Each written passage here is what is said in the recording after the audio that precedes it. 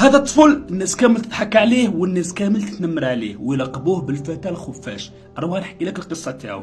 هذا الطفل خوت العزاز نهار اللي زاد النهار الاول من بطن امه زاد فيه تشوه خلقي، ماشي مشكل.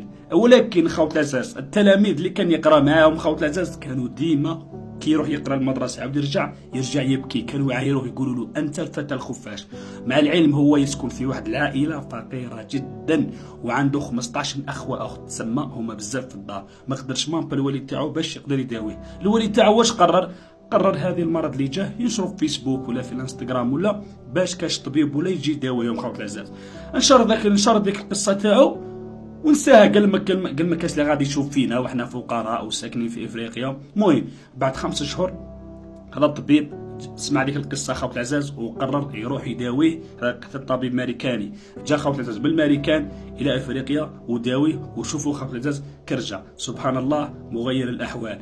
اذا انت ولا انت كنت في مكان هذا الطبيب تروح تداوي للطفل وتسافر على جالو من الامريكان لافريقيا وما تخلص عليه والو، ولا تقعد في الامريكان وما تداويش، اكتب لي في التعليقات. سلام. اللي موش دير ابوني جادور يدير ابوني جادور.